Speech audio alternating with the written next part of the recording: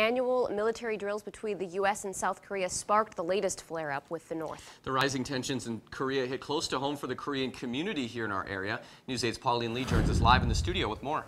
Well, members of our local Korean community say they felt much more nervous for the past few weeks in light of what's happening in their home country. Hearing threats from North Korea is really nothing new for them.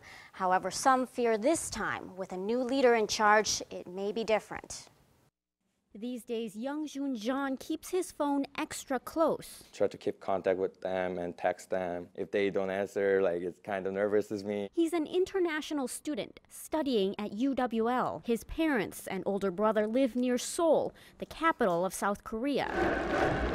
With rising tensions between his home country and its neighbor to the north, he says finding comfort while thousands of miles away from family isn't easy. Well, they don't know for sure, but they keep trying to comfort me and stuff. They are just telling me that there's not going to be war. If there's war, we'll try to figure out and tell you first. Usually I call them once a week, but these days two times or sometimes 3 times a week. UWL Associate Professor Kyung-Hong Yang also has family in South Korea. His parents and siblings still live there. His daughter also recently took a job there. I just pray and call them, and I just follow the news. What is the new? With recent events, he now pays even closer attention to what American journalists and Korean news outlets are saying. He says while threats from the north aren't unusual, this time it may be different. The previous dictator, Kim Jong-il,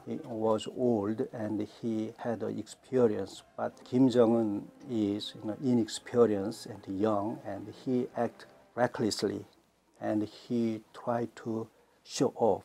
That's what we are worrying about. For now, all Yang and John can do is wait. And while the future between the two sides seems uncertain, both say they haven't given up on the idea of peace and a united country just yet. I hope that's what I want, but I don't know. I want to be all together, but hard to say that they're going to get together in the future.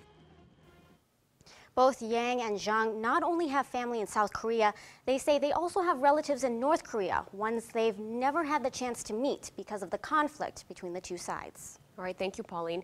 Both men say while they're hopeful for peace in the future, one of their concerns is the state of the Korean economy and what it might take to rebuild North Korea if the two sides one day reunite.